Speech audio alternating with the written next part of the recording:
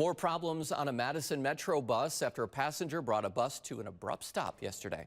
It happened at State and West Dayton Streets. Police say an unruly passenger broke the emergency brake box and pulled the lever. That cranked the bus's emergency brakes on. Passengers were thrown from their seats, but thankfully no one was hurt. The only one who was the person who pulled the brake, 31-year-old Amar Singh. He was taken to the hospital for minor injuries, then arrested and charged with disorderly conduct and criminal damage to property. When he was taken to the Dane County Jail, it was also discovered he faces charges for bail jumping.